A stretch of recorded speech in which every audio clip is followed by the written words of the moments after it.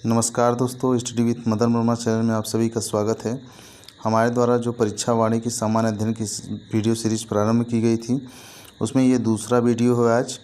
और इससे पहले आप लोगों ने यदि पहला वीडियो न देखा हो तो जाकर पहले उस पहले वीडियो को देख लीजिए, क्योंकि जो वीडियो सीरीज प्रारंभ की गई है वो एक क्रम श्रृंखला के आधार पर बनाई जा रही है।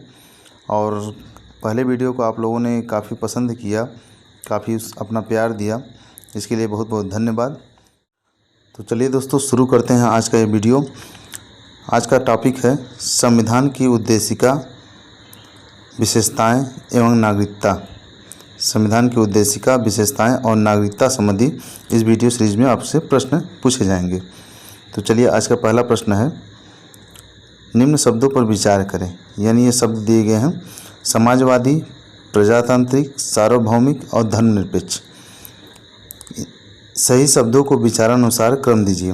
यानी इन सभी शब्दों को आपको एक क्रम श्रृंखला के आधार पर व्यवस्थित करना है। यानी कि हमारी जो संविधान की उद्देशिका है, उस उद्देशिका में इन शब्दों का किस क्रम से प्रयोग हुआ है उसी को आपको यहाँ पे लगाना है। तो इसका सही आंसर हो जाएगा ए। इसका सही आंसर क्या हो जाएगा? ए। यानी तीसरा सबसे पहले प्रयोग हुआ है सार्वभौमिक, फिर उसके बाद समाजवादी, फिर उसके बाद आपका हुआ है धर्मनिरपेक्ष, फिर उसके बाद प्रजातांत्रिक।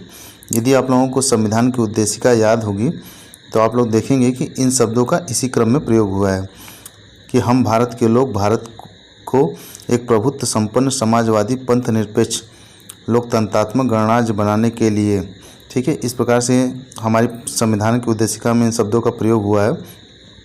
यदि आप लोग उद्देशिका को उठाकर देखेंगे तो इन शब्दों को इसी क्रम पे आप लोग पाएंगे। चलिए नेक्स्ट क्वेश्चन देखते हैं। अगला प्रश्न है, संविधान के निम्नलिखित में से किस प्रावधान के अंतर्गत भारतीय संसद को नया राज्य बनाने का अधिकार है? तो इसका सही आंसर क्या हो जाएगा? इसका सही आंसर हो जाएगा 2 का सी, यानी अनुच्छेद 3। अनुच्छेद 3 के तहत भारतीय संसद को नया राज्य बनाने का अधिकार है। ठीक है, संविधान के अनुच्छेद 3 के तहत भारतीय संसद को नया राज्य बनाने का अधिकार दिया गया है। चलिए अगला प्रश्न देख लेते हैं। अगला प्रश्न है कि निम्नलिखित शब्दों में से कौन से शब्द 42वें संवैधानिक संशोधन द्वारा प्रस्तावना में जोड़े गए हैं? तो 42वें संविधान संशोधन द्वारा कौन कौन से शब्द जोड़े गए हैं आप लोगों को पता होगा। इसमें जोड़े गए थे 3 शब्द, समाजवादी, पंथ निरपेक्ष और ये नहीं, ये बाकी ये दोनों शब्द नहीं हैं। और एक था आपका तीसरा शब्द था अखंडता। कौन सा शब्द था दोस्तों? ये शब्द था अखंडता शब्द। ठीक है, तो यहाँ पे ये 2 ही शब्द यहाँ पे दिए गए हैं और बाकी ये इन दोनों शब्दों को भारतीय संविधान में नहीं जोड़ा गया था। तो इसका सही आंसर जो हो जाएगा वो आप मैच कराएंगे। तो इसका सही आंसर हो जाएगा बी, 1 और 3, यानी समाजवाद और पंथ निरपेक्ष। इसके अलावा जो शब्द था वह था अखंडता, जो कि इस आंसर में नहीं दिया गया है। ठीक है, चलिए अगला प्रश्न देख लेते हैं। प्रश्न संख्या 4 है, भारत एक गणतंत्र है। भारत एक गणतंत्र है, इसका अर्थ है सभी मामलों में अंतिम अधिकार जनता के पास है। भारत में संसदीय शासन नहीं है। सी आंसर है, भारत में वंशानुगत शासन नहीं है। डी है, भारत राज्यों का संघ है। ठीक है, तो इसका सही आंसर हो जाएगा सी, भारत में वंशानुगत शासन नहीं है। गणतंत्र का मतलब होता है कि भारत में वंशानुगत शासन नहीं है, यानी किसी भी वंशवाद को भारत में शासन करने की आज़ादी नहीं है। ठीक है, यानी राजा का पुत्र ही राजा होगा या राष्ट्रपति का पुत्र ही राष्ट्रपति होगा, यह शासन भारत में नहीं चलाया जाता है। इसी को हम गणतंत्र कहते हैं। चलिए अगला प्रश्न देख लेते हैं। भारत के संविधान के आमुख का लक्ष्य उसके सभी नागरिकों के लिए सुनिश्चित करना है। भारत के संविधान के आमुख का मतलब उद्देशिका। ठीक है, तो इसका लक्ष्य क्या है भारत के नागरिकों के लिए? वह है सामाजिक तथा आर्थिक न्याय, विचार तथा अभिव्यक्ति की स्वतंत्रता, अवसर की समानता, व्यक्ति की प्रतिष्ठा। इसमें से कौन सा आंसर सही हो जाएगा? तो दोस्तों ये सभी चारों आंसर सही है। ठीक है, ये सभी चारों आंसर सही है और ये सभी चारों तथ्य यह भारत के नागरिकों के लिए प्रदान किए गए हैं उद्देशिका में। ठीक है, इसका सही आंसर हो जाएगा सभी, डी। चलिए अगला प्रश्न देख लेते हैं। भारत में लौकिक सार्वभौमिकता है। भारत में लौकिक सार्वभौमिकता है क्योंकि संविधान की प्रस्तावना आरंभ होती है प्रजातांत्रिक भारत शब्दों से, जनता के जनतंत्र शब्दों से, जनता के लोकतंत्र शब्दों से, या हम भारत के लोक शब्दों से। तो इसका सही आंसर आप लोग भी जानते हैं। इसका सही आंसर क्या हो जाएगा कि जो उद्देशिका शुरू होती है वो शुरू होती है हम भारत के लोक शब्दों से। ठीक है, चलिए अगला प्रश्न देखते हैं। संविधान की प्रस्तावना के बारे में कौन सा सही है? संविधान की प्रस्तावना के बारे में कौन सा सही है? समाजवादी धर्मनिरपेक्ष शब्द 1950 में लागू संविधान के अंग नहीं थे। उक्त शब्द 1977 में जोड़े गए। उक्त शब्द 1985 में जोड़े गए। उक्त शब्द संविधान की प्रस्तावना के अंग नहीं है। तो इसका सही आंसर क्या हो जाएगा? ये सही आंसर हो जाएगा ए। ठीक है, यह समाजवादी और धर्मनिरपेक्ष जो शब्द है ये कब जोड़ा गया था? आपके 1976 में।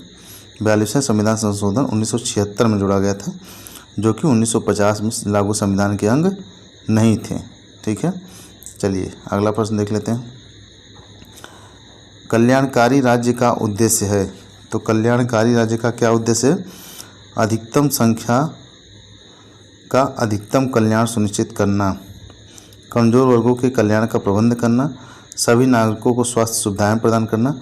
तो इसका सही आंसर कल्याणकारी राज्य का सही आंसर क्या हो जाएगा? ये हो जाएगा अधिकतम संख्या का अधिकतम कल्याण सुनिश्चित करना। यही कल्याणकारी राज्य का उद्देश्य होता है। चलिए अगला प्रश्न देख लेते हैं। अगला प्रश्न है, संविधान की उद्देशिका के संबंध में निम्न कथनों पर विचार करिए और दिए गए कूट की सहायता से बताइए कि इनमें से कौन सही है। ठीक है, तो कथन कौन कौन से देख लेते हैं। पहला कथन है कि पंडित नेहरू द्वारा प्रस्तुत ऑब्जेक्टिव प्रस्ताव अंतत्वगत्वा उद्देशिका बना। तो ये कथन सही है या नहीं? ये कथन सही है। इसकी प्रकृति न्याय योग्य नहीं है, ये भी कथन सही है।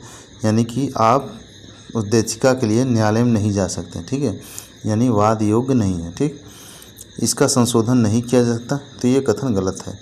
इसका संशोधन तो हुआ ही था 1976 में 42वें संविधान संशोधन के तहत। ठीक है, जिसमें 3 शब्द जोड़े गए थे, समाजवादी, पंथ निरपेक्ष और अखंडता। चौथा है, संविधान की विशिष्ट प्रावधानों को यह रद्द नहीं कर सकता।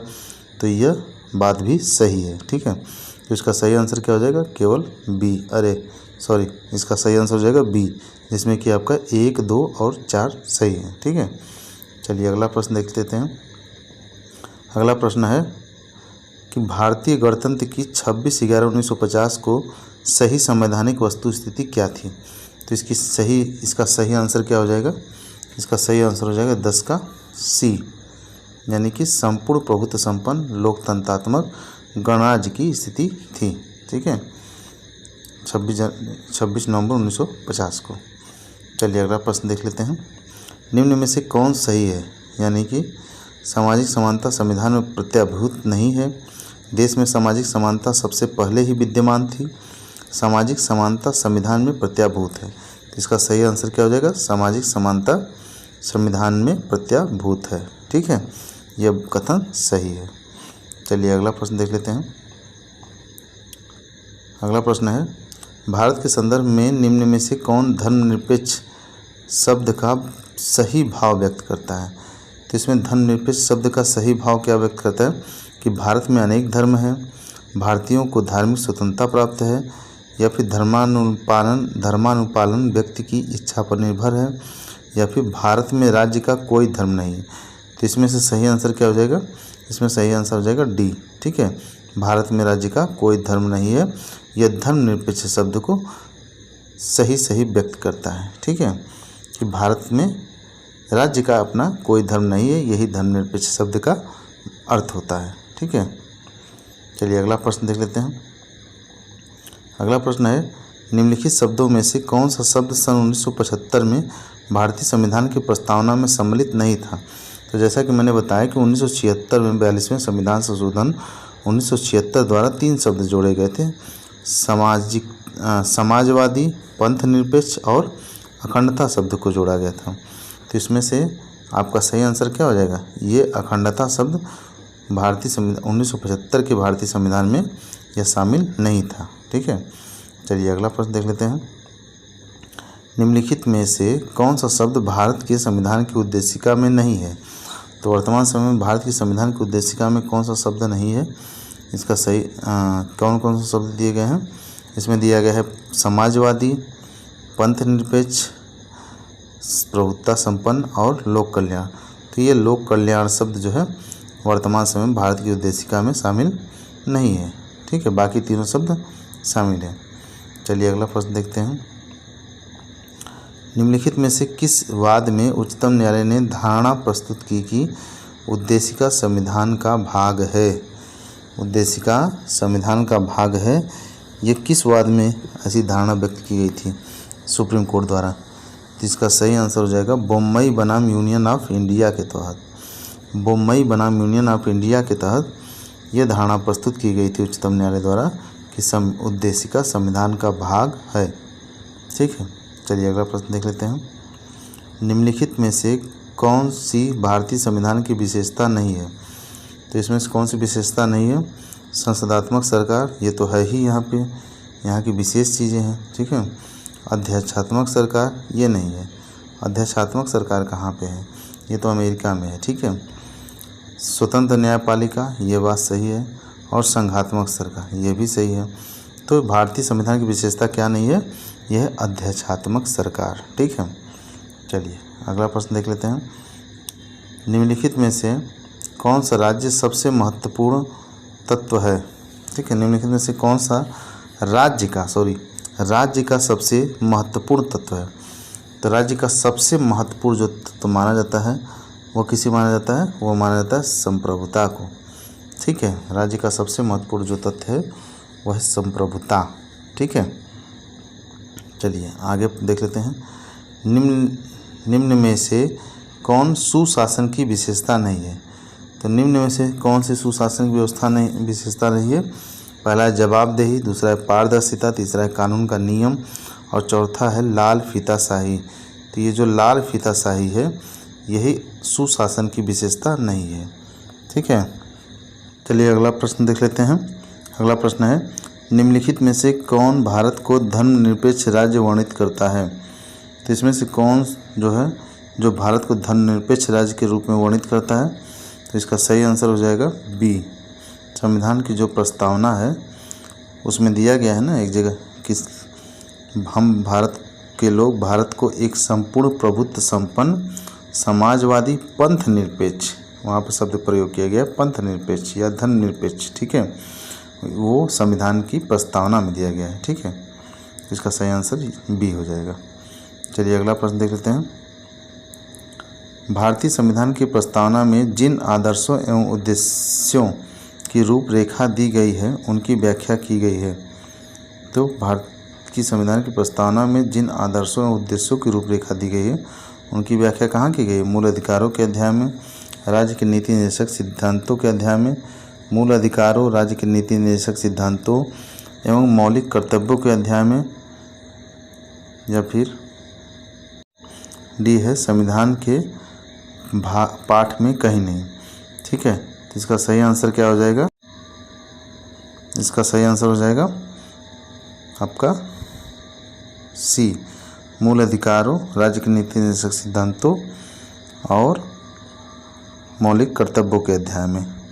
ठीक है, चलिए अगला प्रश्न देख लेते हैं। भारतीय संविधान की प्रस्तावना में निम्नलिखित में से किस स्वतंत्रता का वर्णन नहीं है? तो इसमें से किस स्वतंत्रता का वर्णन नहीं? विचार की स्वतंत्रता, विचार प्रकट करने की स्वतंत्रता, विश्वास की स्वतंत्रता, आर्थिक स्वतंत्रता। तो इसमें से सही आंसर क्या हो जाएगा? किस प्रकार की स्वतंत्रता नहीं है? तो ये है आर्थिक स्वतंत्रता। ठीक है, आर्थिक स्वतंत्रता भारतीय संविधान की विशेषता, भारतीय संविधान के स्वतंत्रता में वर्णित नहीं है। ठीक है,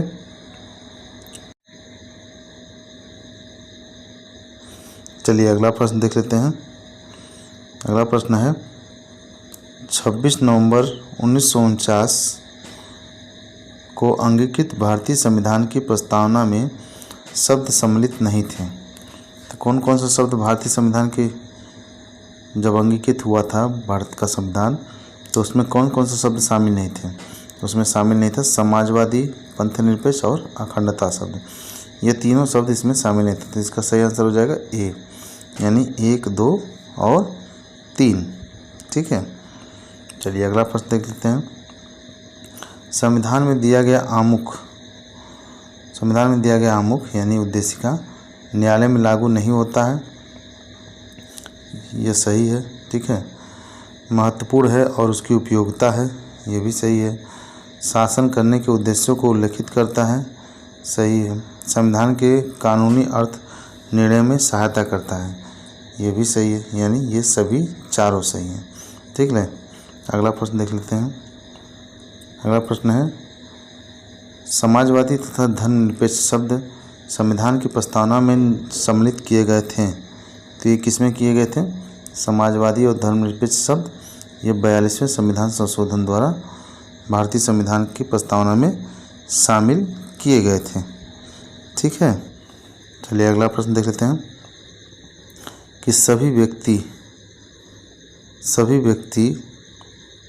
पूर्णतः और समान रूप से मानव हैं। यह सिद्धांत जाना जाता है। यह सिद्धांत किस नाम से जाना जाता है? यह सिद्धांत जाना जाता है आपका ए, सार्वभौमिकता। ये किस हिसाब से जाना जाता है? यह जाना जाता है सार्वभौमिकता के सिद्धांत के रूप में। ठीक है, सभी व्यक्ति पूर्णतः समान रूप से मानव है, यह सिद्धांत जाना जाता है सार्वभौमिकता के आधार पे। ठीक है, चलिए अगला प्रश्न देख लेते हैं। भारतीय संविधान में मौलिक कर्तव्यों का विचार लिया गया है। तो भारतीय संविधान में मौलिक कर्तव्यों का विचार कहाँ से लिया गया है? तो ये लिया गया है सी, सोवियत संघ रूस के संविधान से। ठीक है, इसका सही आंसर हो जाएगा सोवियत संघ रूस के संविधान से। चलिए अगला प्रश्न देख लेते हैं। राज्यसभा के गठन में प्रतिभा, अनुभव एवं सेवा को प्रतिनिधित्व देने में भारतीय संविधान निर्माता निम्नलिखित उदाहरण से प्रभावित हुए।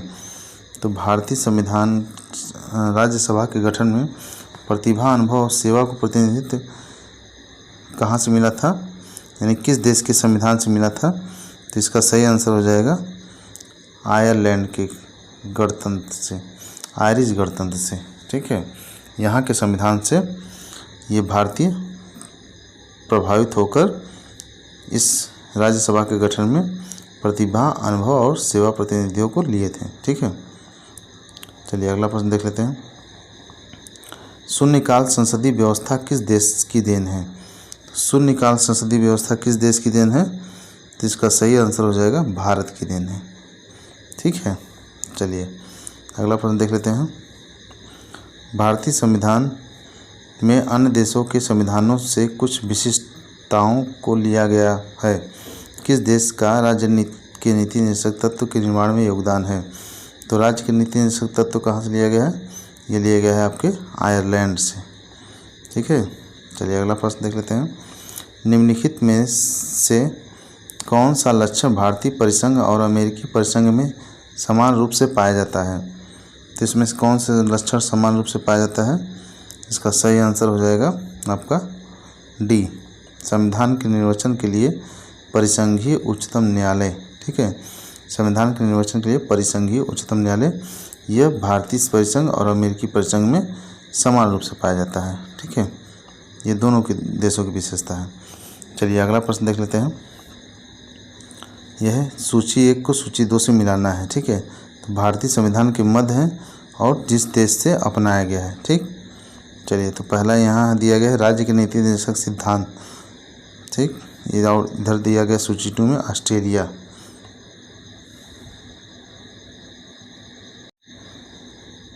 चलिए यहाँ दिया गया है मूल अधिकार और संघ राज्य संबंधों की समवर्ती सूची और भारत राज्यों का संघ है तथा संघ में अधिक शक्ति निहित है। तो ये सभी दिए गए हैं। तो आपको बता दें, पहला था राज्य के नीति निर्देशक सिद्धांत, तो ये लिया गया था आपका आयरलैंड से। ठीक है, दूसरा है मूल अधिकार, तो मूल अधिकार लिया गया है संयुक्त राज्य अमेरिका से। और तो दोस्तों इसके उत्तर में कुछ मिस्टेक है, ठीक है। इसके जो कूट मिलान है इसमें कुछ मिस्टेक है, फिर भी मैं आप लोगों को बता देता हूँ। ऐसे इसमें सही आंसर नहीं दिया गया है, सही से मिलाया नहीं गया है। इसका देखिए सही आंसर हो जाएगा कि जो राज्य के नीति निर्देशक तत्व है वह आयरलैंड से लिया गया है।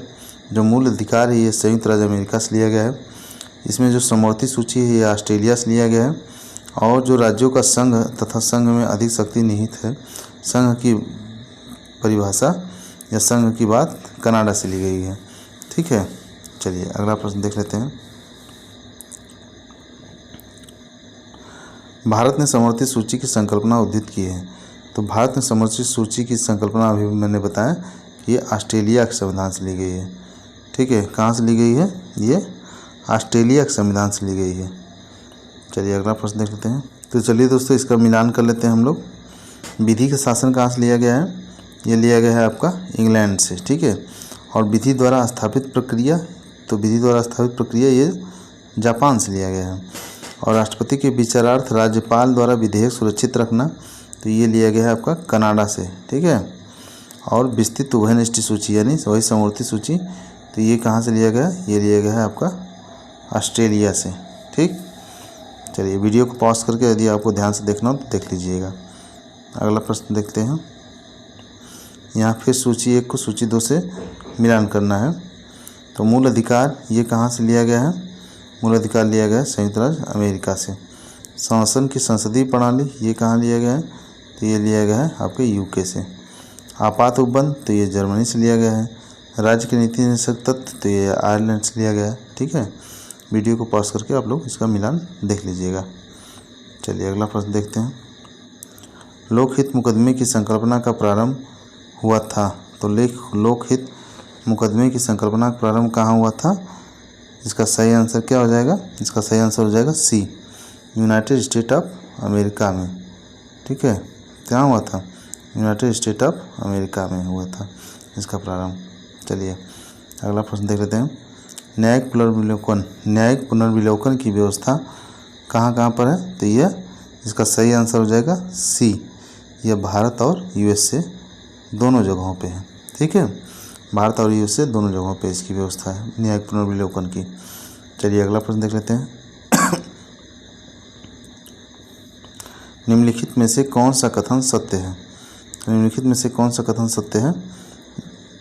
संयुक्त राज्य अमेरिका में सरकार की संघीय प्रणाली है। भारत में सरकार की संघीय और एकात्मक दोनों प्रणाली की व्यवस्था है, ठीक है। फ्रांस में सरकार की संघीय प्रणाली है। पाकिस्तान में प्रधानमंत्री की नियुक्ति वहाँ की जनता के द्वारा होती है।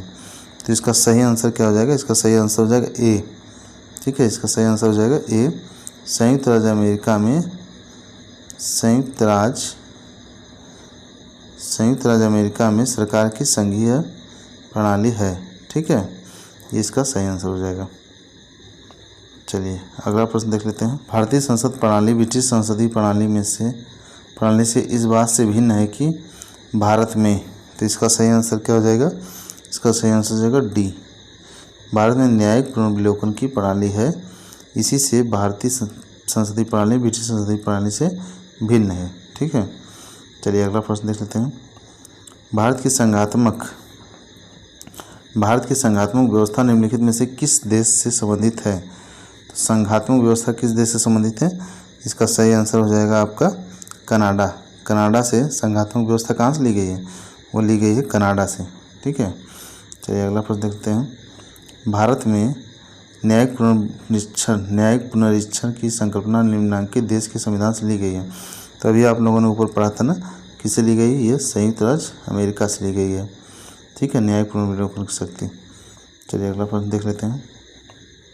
निम्नलिखित में से कौन सी विशेषता भारतीय लोकतंत्र की नहीं है? तो ये निम्नलिखित इसमें से कौन सी विशेषता भारतीय लोकतंत्र की नहीं है? ये है आपकी सत्तावादी सरकार, ठीक है। सत्तावादी सरकार ये विशेषता है भारतीय संविधान की नहीं है, ठीक है। चलिए अगला प्रश्न देख लेते हैं। भारतीय संविधान के बृहद होने के कारण हैं, ठीक है। भारतीय संविधान के बृहद होने के क्या कारण है? इसका सही आंसर हो जाएगा यह संघ तथा राज्य सरकारों का संविधान है। ये क्यों बड़ा है? यह संघ का और सभी राज्य सरकार जो हैं उन दोनों के सम्मिलित संविधान है, ठीक है। इसीलिए ये भारत का संविधान बहुत बृहद है। चलिए अगला प्रश्न देख लेते हैं। भारतीय संविधान या भारतीय संघवाद को सहकारी संघवाद किसने कहा है? तो भारतीय संघवाद को सहकारी संघवाद किसने कहा है? इसका सही आंसर हो जाएगा जी ऑस्टिन ने भारतीय संघवाद को सहकारी संघवाद कहा है। चलिए अगला प्रश्न देख लेते हैं।